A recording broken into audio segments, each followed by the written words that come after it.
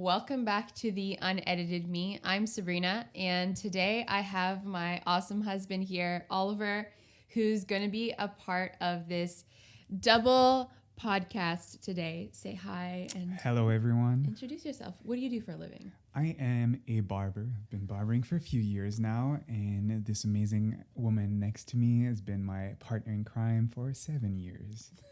7 years. Yes. So today we're talking about our marriage and the things that we've learned in 7 years. We're trying to, have a really raw, real conversation. That's something that we really stand by. That's something that we really love to do. And obviously, if you've been listening to my podcast, you know that that's something that I really value, and that's the whole reason why I started my podcast, is to start, having real conversations with people. And so we're talking about the past 7 years and what it's looked like. And Specifically 7 years married. 7 years married. Yeah, exactly. Yeah. It's 8 years together now. Mm-hmm. So we just celebrated our 10-year marriage anniversary. 10? 10. What are you saying? I just said it was 7, and you're like, we just celebrated. Because it's on the 10th of August, that's why. Yes. Yeah. Oh my gosh, that's why. I don't know why I said that. And I said that to some other people too. I don't know why. But yeah, we celebrated our 7-year marriage anniversary on August 10th. Mm-hmm. And it was really beautiful. I really had a great day with you. Maybe you should share a little bit of how we met. Don't go deep into it, but just maybe very quick. Mm-hmm. Oh man. 8 years seems like so far now. We met around a bucket of chicken. Literally KFC chicken. First time I saw her, she was eating chicken and it was everywhere on her face. And I was like, this girl's weird. And on top of that, she came directly to me. And what did you do? I said, oh, so you have stretchers, but you don't have tattoos. That's really weird. Why are you 21 and you have stretchers, but you don't have tattoos? Such a big judgment. And that's literally all I said to him the whole night. Mm-hmm. Literally. And then I just went my way. And the same night, because I saw her, I added her on Facebook. Facebook, the place that we would make all of the friends in the world back in the day. So weird. Like, I knew who she was. I saw her everywhere on like socials on Facebook, and I couldn't stalk her because I had not met her and I didn't want to add her and be awkward. Mm-hmm. So the first time I see her, it still was really awkward, but it gave me a reason to add you on Facebook and go stalk all your pictures. Yeah. So, I mean, it's been a while that we've known each other. Mm-hmm. And maybe we should just start off by saying, like, it hasn't been an easy run. No, definitely not. The past 7 years have been quite the whirlwind, quite the up and down. We started with so much hope, thinking that we were so whole, so great. Mm-hmm. We're perfect for each other. Mm-hmm. It's going to be smooth sailing from now. Yeah. We were like, couples that fight all the time. Like, we get along so well. Oh, yeah. We got along so well. Like, no fighting. Zero. No nothing. Yeah. We were just, like, the perfect couple. Mm-hmm. Except, behind the scenes, there was a lot of trauma from both sides that we, didn't deal with, didn't face in our lives. Mm-hmm. I was also 19. So being a 19-year-old, obviously, like, you don't really know what you're doing when you're getting married at 19. I mean, I saw this TikTok video the other day of like, it's like this trend of people saying like, oh, like what people tell you compared to how you feel. Mm-hmm. And so like the person says to the person on the TikTok, oh, you look so mature. And then the girl's like, oh, it's childhood trauma. Well, that was me. That's me. Like, the reason why I was mature-ish being a 19-year-old was because I had childhood trauma from bullying, from my parents divorcing, And you yourself, I mean, you didn't have the easiest. So we met in the context of like church and Christianity and all that stuff. And we met, and I thought that you were like the perfect Christian guy. I thought I was too. Even though I was messed up because of the way I was raised. I was raised people saying that, oh, the family of Loyer are so perfect. They're so this and that. And then I wasn't. I really wasn't. Not perfect at all. Maybe you want to just explain a little bit of how you were raised in like that context. Yeah, sure. So raised Christian, third generation.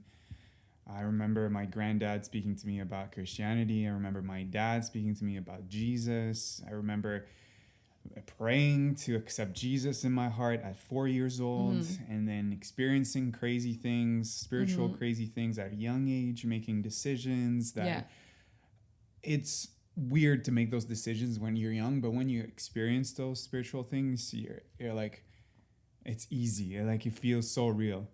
And then 13 hit, teenage years. You were also homeschooled. Oh yeah. Oh, that's a huge huge part. thing. Huge part, because that had a huge impact on what happened when I was a teenager, because I had no clue how to make friends. I had no clue how to behave. I had no clue what it was to be like kind of accepted by society, because you're so secluded from society. So when I became a teenager and I got closer to older teenagers, like getting introduced to alcohol, porn, like all those crazy things that I didn't know existed. Like I was oblivious to those things because I didn't go to public school, so I never heard about those things.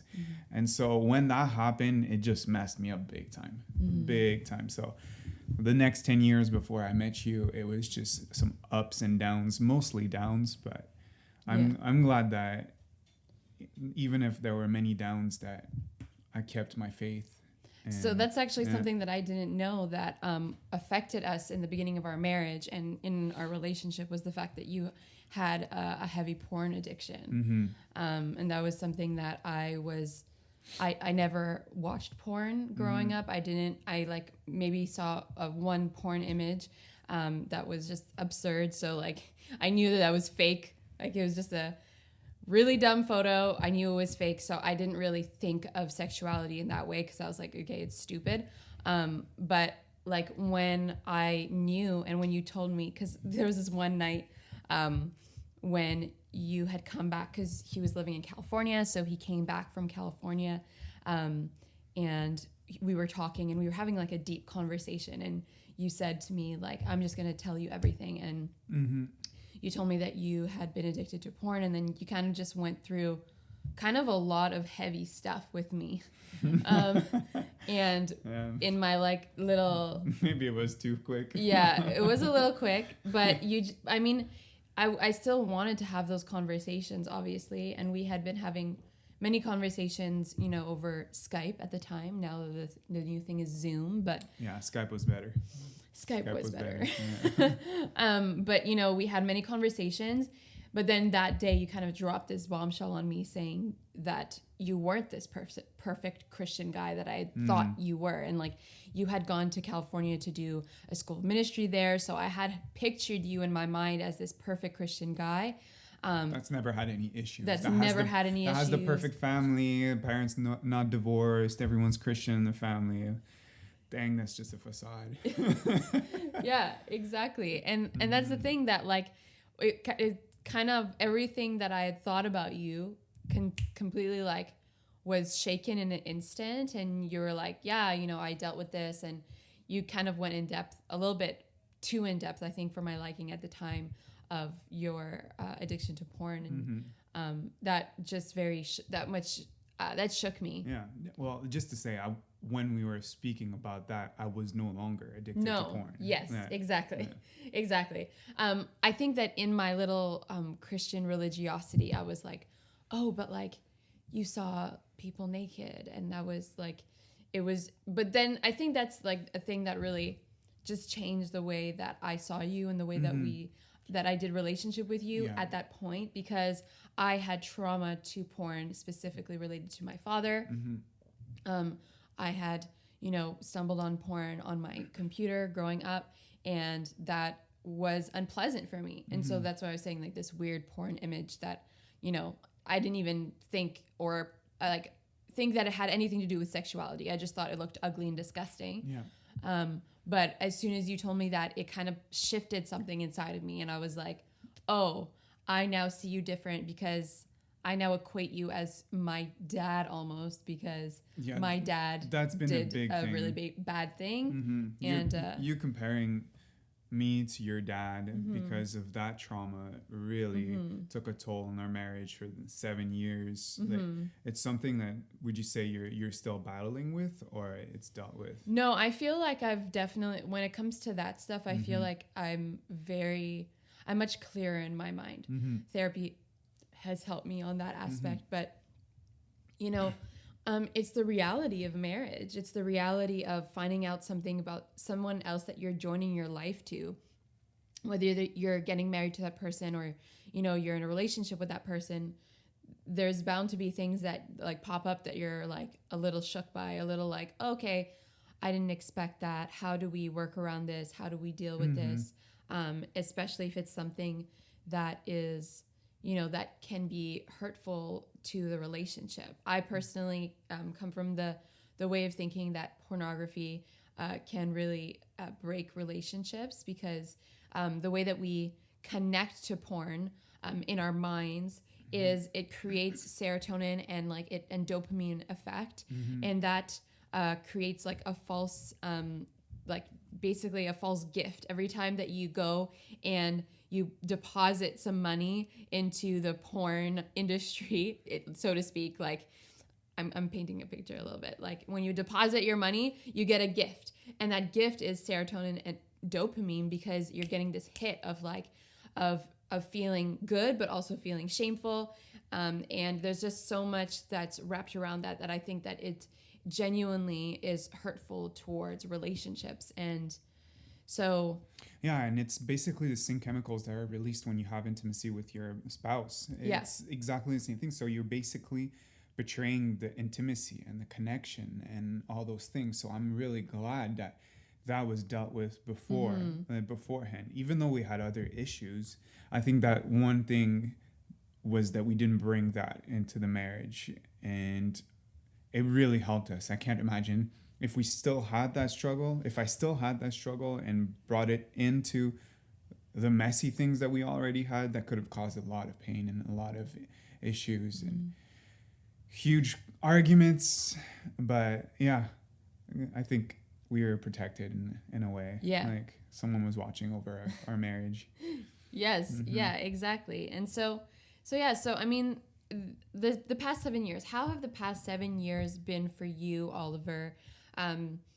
Maybe just start by sharing that in regards to, the whole dealing with trauma and getting married early and all that stuff. Well, to me, I think it was not that early for me to get married in my life. I was 22, almost 23. I think I was ready to be with someone emotionally. Like, I wanted that. That's something I wanted. I think it was something that you didn't know would happen so fast. Like, we met, you were 18, 19, we were married. It was super quick. And I really thought, like, the first year it would be our launching pad, because we were both going to a school of supernatural ministry. For people that don't understand that, it's a church that created a school that has a culture that we really wanted to adopt. So we went there to learn from there. And that phrase that they have there is, their ceiling is your floor. So we wanted to have a launching pad, and getting there was amazing. Like, it was really great time for us. It was really a great time. And I think we've learned a lot, but we didn't know how to be grounded in our marriage. Even though we had so many courses, we had so many things, our emotional connection, our conversations were dry. We were having such a hard time connecting emotionally because of my trauma with my family. it's really, we don't say anything. We don't talk about anything. We just keep it to ourselves, and it's good like that. But for you, it's everything in the air. Everything is out there. For us, it's like, we don't want to hurt. We don't want to do anything, so we don't say anything. So you would tell me a bunch of things, and I didn't want to hurt you back, so I didn't say anything. And then after 6 months, I would explode on you, and I would cry. I would be pissed. I would have all of those things happening at the same time. It was crazy. It was really crazy. Just you saying that brought me right back to being in California, and I like got like so many different like instances where that happened, and I'm like, oh my gosh, like we've definitely grown. We're not there at all. No. Whatsoever. I mean, I think that if anything, you're more of the one that will explode now, and I'm the one that will keep things in a little bit. Things have like reversed, but also changed, but in the good way. I have some hair in my mouth. But yeah, so that was pretty much the first year. First year was that, and then coming back from California, you know, you're bathing in a culture that is great. You have community, you have people surrounding you when you need them, and then you come back and you're like, oh, I don't have that community anymore. I need to rebuild that. I need to rebuild that here, but with people that don't know about that culture. So your expectations on people are so high that you are constantly disappointed. Constantly. Every step of the way, because your expectations are so high, you hurt yourself by doing that. You hurt others by doing that. And then because you're not getting that from your friends, your expectations for your friends, you're putting it on your spouse. And so your spouse has that weight of having all those relationships that you don't have. They're all on you. Yeah. Basically, I put everything on you, and you put everything on me. And rebuilding that culture with our friends and with our family, it's still something that we're building now. It takes years. Like, you see those people that have been friends for 25, 30 years, and they're so close, and like they have strong bond. That's because they've been doing it for a long time. And I think the past 6 years being back in Quebec and just growing in our marriage, our community has been the pillar.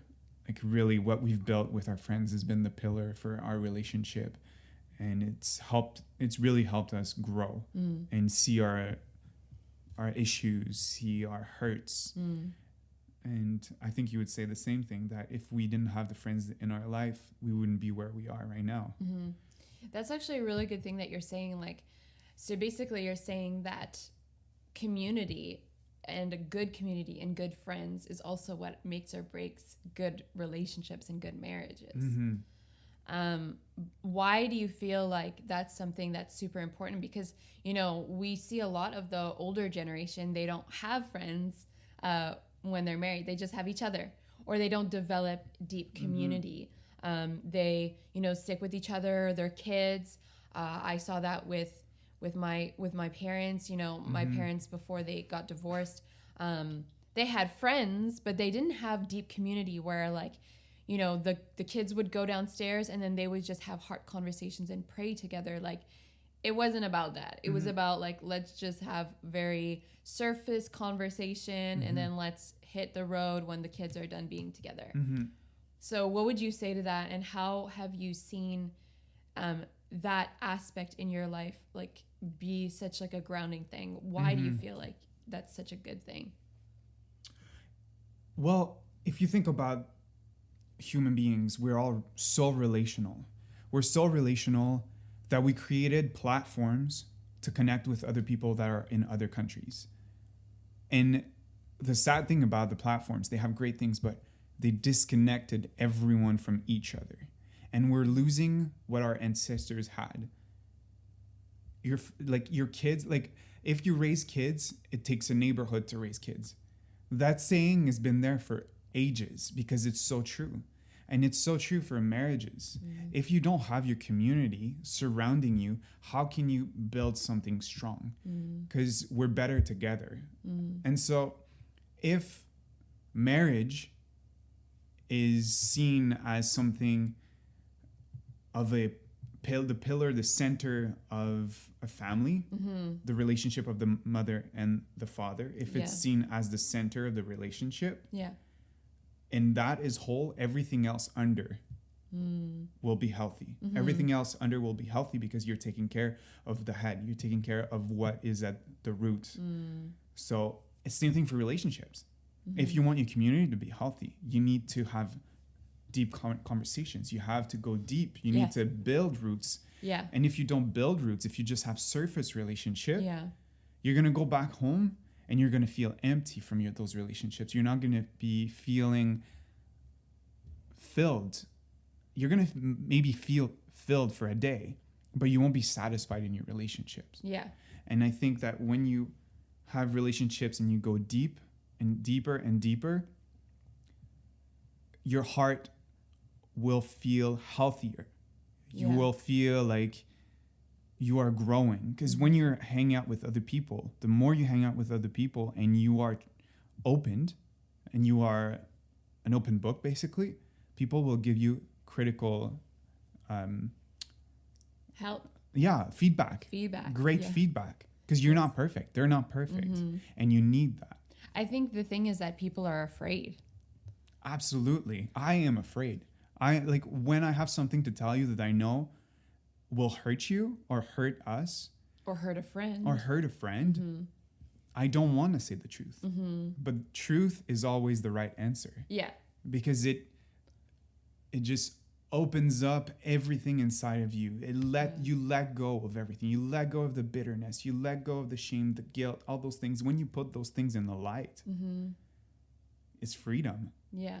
I think that people have this yeah, exactly. You know, there is freedom, but I think that often in what we've seen, which we're kind of going away from the marriage questions, but I think it really does tie into the whole topic of marriage. And what I've seen is that when couples tend to stray away from having, deep rooted community, you can see the difference in the impact it has in their marriage compared to a relationship or a group of people that have deep rooted friendships. They grow much faster. They're able to experience things together in a deeper way than surface relationships. They're able to, and that's the whole point with what Oliver was saying. It's the fact that you're confronting, you're dealing with things, and no, that's not easy. But when you prune a tree, you're pruning off some good branches, but it leaves room for better branches to grow, for healthier branches to grow, and then eventually for fruit to grow, which is what we want. We want to be able to bear fruit in our lives. And so, yeah, it does have a lot to do with marriage, and the past 7 years have taught us a lot about that as well, about community and about relationships, and not only between us, but between the friends that we have, which is really interesting and also very important. But yeah, it's definitely something that needs to be implemented into your relationship if you're not currently investing in friendships in a deep way, or finding people and, just having a check with yourself and saying, do I feel like I need to invest in those people? Do I feel like those people are going to help me grow, regardless if it hurts or not? And if the answer is yes, then implementing, spending time, being able to be real with them, and having, one-on-one times, but not only one-on-one times, but times with the more couples, or with the kids, or whatever your family dynamic is, and being intentional with the time that you have together, being intentional with booking times together, regardless of how busy you may feel or how busy life is. It's a huge part of your ultimate success in life. Agreed. Really good.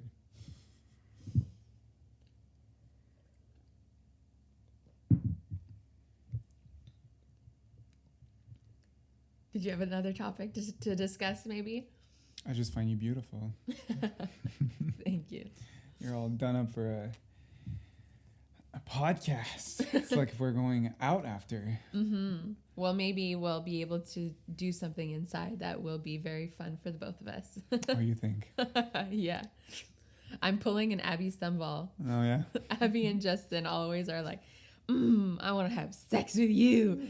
It's so funny. I was like listening to their podcast and like working out, and it's like it's so funny. Like sometimes they start off their podcast and they're just like, yeah, we're just gonna have to take a break right now. No way. It's like insane. They're like, yeah, we're gonna end the podcast and go have sex. Like they just straight up say that. And like while I'm working out, I'm just like on the treadmill and I'm laughing my ass off. And I'm like, oh my gosh, like this couple is hilarious. Oh, it's honest. It's honest. It is honest. Yeah. That's actually a huge part of relationships. That's so important is honesty. And also just being honest, you know, with each other, being honest with your needs. Mm-hmm. It doesn't have to be sex, but anything that is a need in your life, your spouse needs to know. And it's like that you develop a healthy relationship. Yes. If I know what you need, I can give you what you need. If I don't know and you're expecting it, then I have to find it. Yeah. And that, man, is frustrating. Are you interested in a treasure hunt? A treasure hunt? That's basically how it's like you're on a discovery. The man has to go on a discovery. That's what I've noticed with some friends, actually. And I think like it's just a woman thing. I don't know if it's a woman thing, but it feels like a woman thing. But like sometimes when you have emotions that are hidden, you want your husband to know the emotion that Figuring you feel. it out, yeah. Figure it out. Like, you should know how I feel. Oh, that is so wrong. I hate it. You've done that to me, and I really hate it. It's so hard. Like, I want to help you in your situation. I want to meet that need. But I'm not doing it out of thriving. I'm doing it out of striving. I'm striving in my relationship, and I want to thrive. I want to know what to give you. Even though I don't know now, if you tell me, I'll know for the next time. And I want you to be happy. And I don't think that striving in your marriage is good at all. There's nothing good about it. If it's supposed to be good, it's going to be natural. Yeah, exactly. That's 100% truth right there. I think that like that's the thing is as women, you know, sometimes we get caught up in our emotions and how we feel, and in this feeling of like, well, my spouse or my partner needs to know how I'm feeling. And if he doesn't know, then it's his duty to find out. And if he doesn't know, then we start going into this big. Then we go into this big like circle of like what does he actually think? Is he thinking that things are okay? Is he thinking why doesn't he know my feelings? Why doesn't he know why I'm angry? And that goes into a huge spiral, and that is just super unhealthy for yourself, for your marriage, for everything in between. And we need to start realizing to take personal accountability on our emotions so that we can speak up about our emotions and say, hey, I am feeling this way. And just because your spouse doesn't know how you're feeling, you get to be vulnerable in that moment. And that vulnerability causes the other person to be able to open their heart. And, you know, depending on how your relationship is with your spouse, I hope that it's a healthy one or a pretty healthy one. Then you'll be able to have a heart connect moment rather than having a disconnect moment where I'm telling you what you need to know about me, when that person cannot imagine or make up or figure out on their own what they know about you.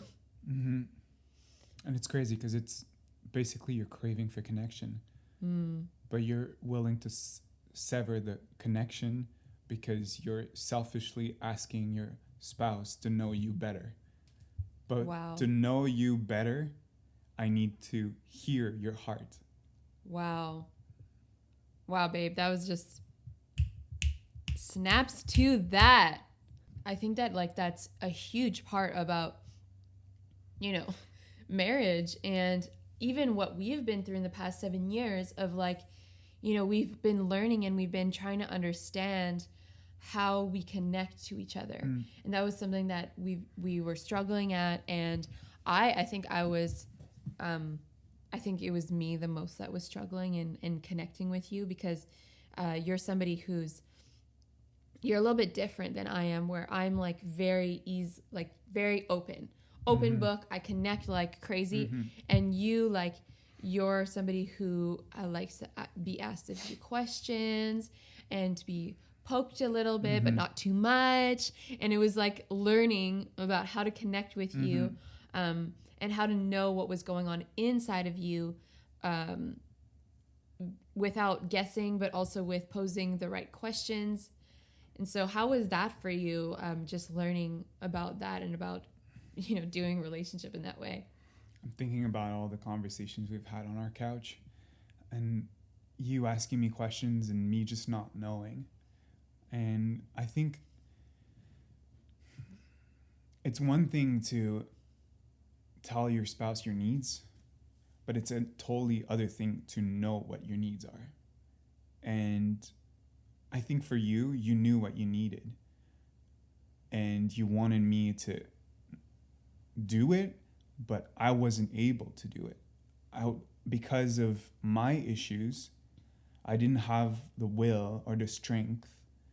I was pretty much lazy. I was lazy because I was ashamed of myself for not knowing who I was. So I wasn't able to give you what you needed, even if you told me your needs.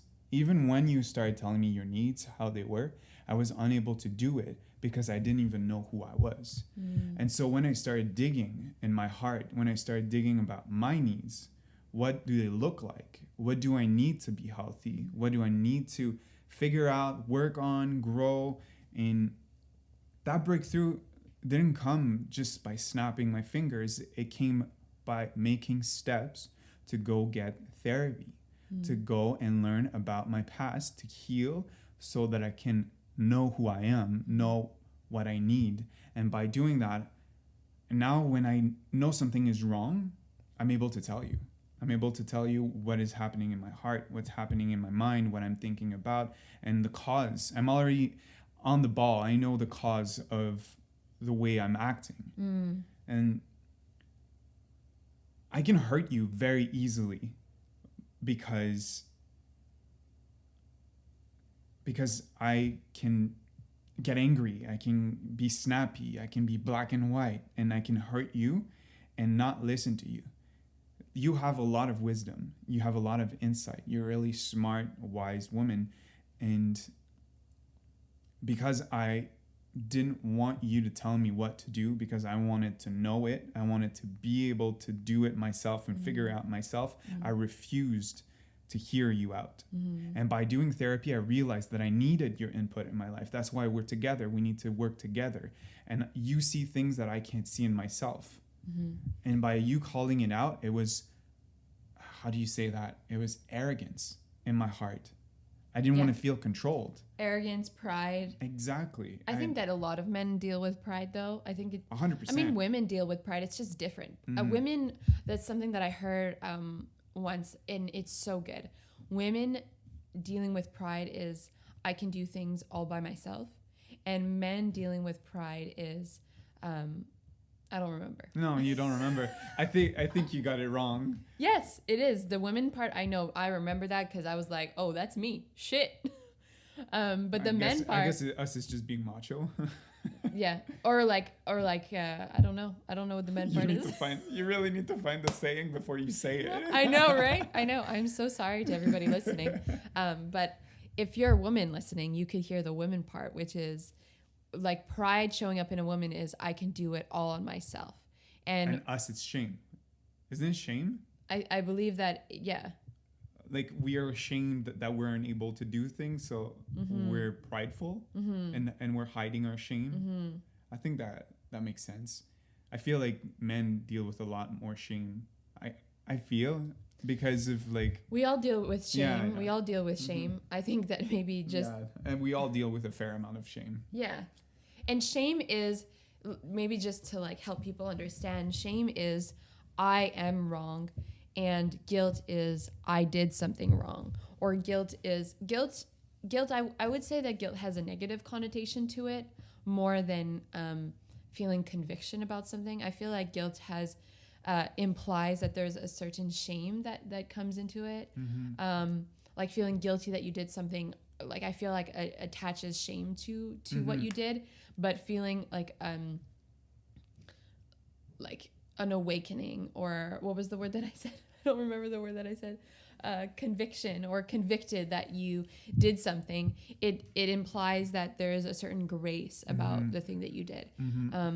But when it comes to pride and when it comes to what you were dealing with, the reality is that it is true that you wanted to connect, but you didn't want to connect at the same time because of your pride and because of what you were going through. Because as soon as I would say what I'm going through, as soon as I would be honest about my heart issues and myself, I'd feel like a failure. I totally feel like a failure, like I didn't hit the mark, and I'm not a great husband, I'm not a great friend, I'm not a great Christian, I'm not a great follower of Christ. I'm no good. Basically, I felt like I was no good if I admitted that I was a failure. And failure should be, and I've learned that through another podcast, the Fail Journal, failure is your best friend, because failure means that you are able to try again with experience. You're able to try what you failed at a second time, a third time, until you understand it and you no longer fail. So you can't have success without failure. And I was afraid of failure. I didn't want to do it. So how can I have success in my marriage? How can I have success in my job? How can I have success with my finances if I'm never willing to risk something? It's crazy. It's crazy. There's so much to gain to let go of your pride. Yeah. So much. And we cradle it. We keep it tight to our heart. And we just take care of it. Our little pride, our little heart, messy heart. We just take care of it because we're so comfortable. Taking care of your pride is a real thing, especially in marriage. And I think that in the past 7 years, that's something that we learned. And I just wanted to, kind of land this plane and get it into the right zone so that we can maybe even give some advice to our listeners so that they can leave with, some hope and some insight of certain things that they can implement in their relationships or marriages. And so yeah, when it comes to, we touched on the fact that we had some trauma. We didn't know how to connect. You had some issues going in the background. I had some issues in the background. So how do we, knowing all of that and looking back at the 7 years, how do we advise people going forward of like, okay, if you're at the phase of like, you're not even married yet, you're not even in a relationship, and how do we advise people who are in relationships or who are married? What would you say to those people? I would say, if you want to be in a relationship long term, your whole life, you have to treat it as an investment. You have to invest, and you have to be selfless. Selfishness has no place in a relationship. And if I've learned something, is to think about you before I think about myself. Because in the end, when you invest in something, if you sow a seed in the ground, one day you'll bear fruit. And the more you sow, the more fruit you get. So if you think about what I can gain out of it, you won't get the end result, because you're going to pluck the fruit before it's ready, before it's ripe. So invest in your relationship. Be selfless. Humble yourself. Choose the other person every single day. Stop choosing yourself and your little needs. Even though they're real, you have needs. But they will be met if you meet the other person's needs. And sometimes we'll have needs that are, selfish needs that are not even supposed to be in our hearts. It's the very fleshy things like, the desire for more money or the desire to become famous or stuff like that, which, if you do humble yourself and you do allow yourself to just like, you know, take a chill pill for a second, you're gonna realize and be able to navigate whether you're in a relationship or you're not in a relationship. You'll be able to navigate and say, okay, this is needed or this has to be pruned. And so not all needs are good, and not all things that we want are good either. Exactly. Yeah. I could want ice cream, but it's not good for my body. I need to have, what's it called? Self-discipline. Self-control. Self-control. It's so important.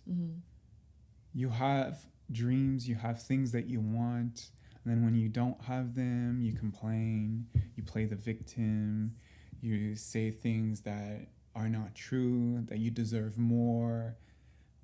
But if you, what is it? The word that you take care of something. If you, oh man, my French is killing me right now. It's when you take care of a plant, when you take care of something, frick. That's so frustrating. What's the word in French? I don't even remember in French. I'm saying my French as an excuse. Okay. Anyways, you have to, take care of it. Take care of your relationship. Take care of yourself. And not pursue things that are not for you right now. If you're wanting a house and you go in debt to get your house, it's not smart.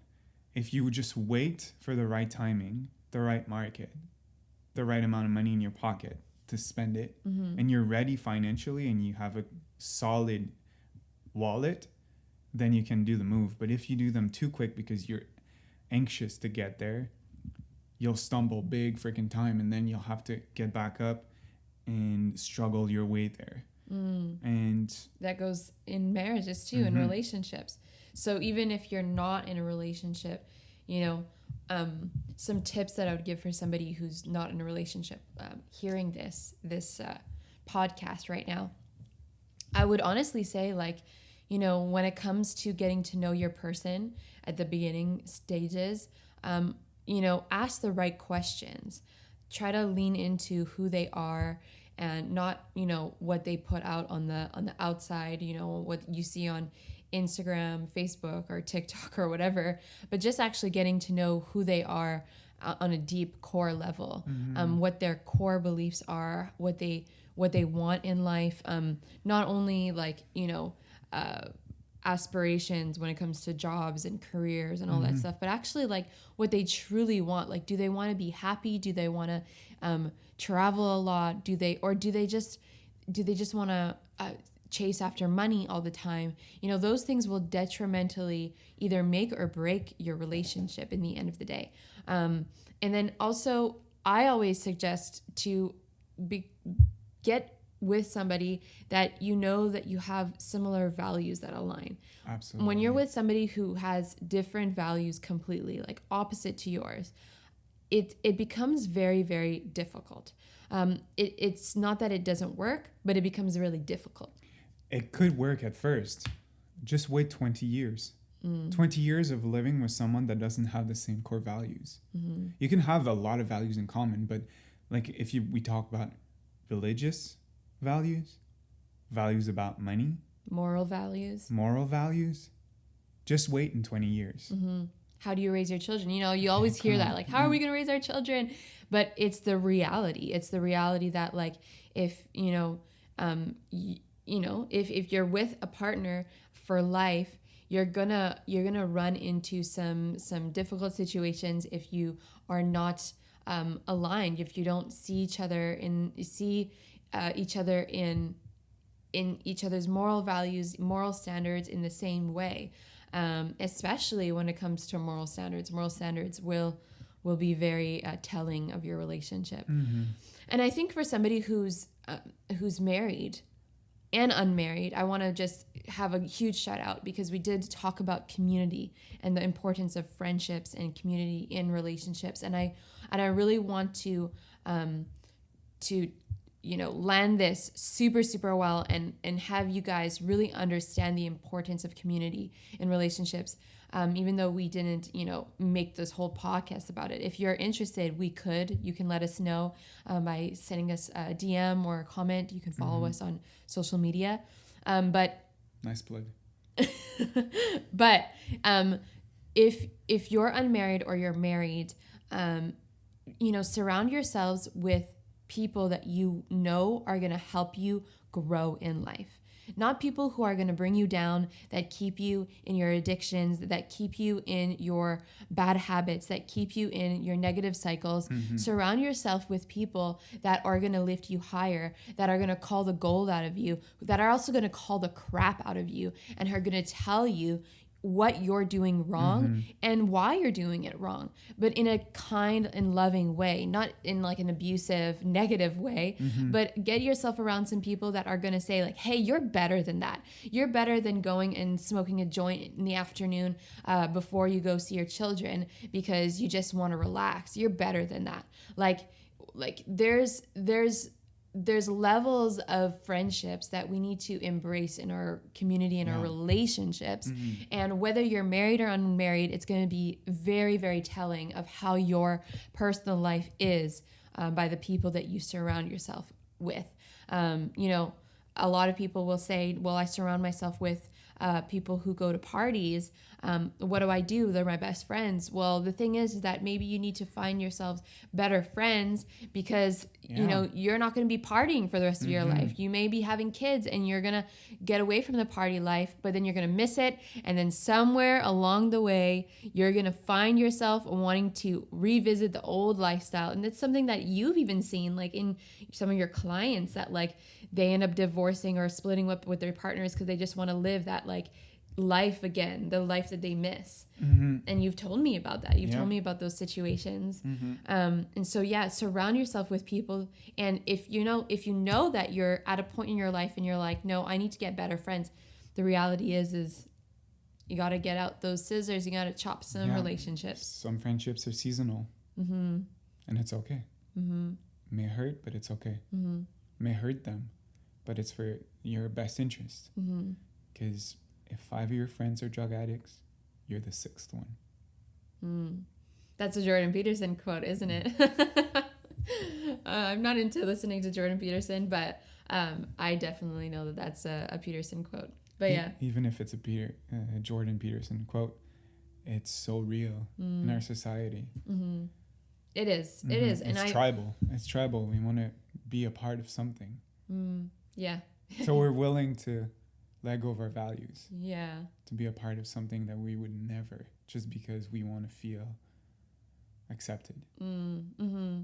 It's the harder part in life is to let go of those things and pursue your dreams and ignore the people that are negative in your life. That's really hard. Yeah. But it's worth it. Yeah. You're right. You're right, Oliver. Yeah, that's so good. Did you have any other things that you wanted to say to the peeps listening just before we just really land this ship? Land this ship. I don't think you can land a ship unless it's a UFO ship. Now let's start talking about UFOs. Do you believe in UFOs? Oh my gosh. Someone asked me that on a TikTok live the other day, and I was like, do you? And they were like, yes. But it's because the U.S. said that. And I'm like, you can't believe everything the U.S. says. No. He was like, very true. People they're funny. Yeah. I've loved this, our first podcast together. Yeah, I liked it too. I love you, my beloved. Yes. And if you're interested in following us, you can go and follow my husband at Oliver the Barber, and obviously Sabrina Anna Loyer on Instagram. And if you want to follow me on TikTok as well, you can do so, Sabrina A. Loyer. Don't forget to subscribe and click that like button. Super, super important. And click the notification bell because you want to be notified when more videos come up. We have ended our first season, but the second season is going to roll out at some point, and you want to be notified when that comes out. So don't forget to click that notification bell. Thank you so much for listening. Thank you, my husband, for tagging along for the Unedited Me. And yeah, thank you guys so much for listening. We will see you guys in a next episode. Bye, everyone.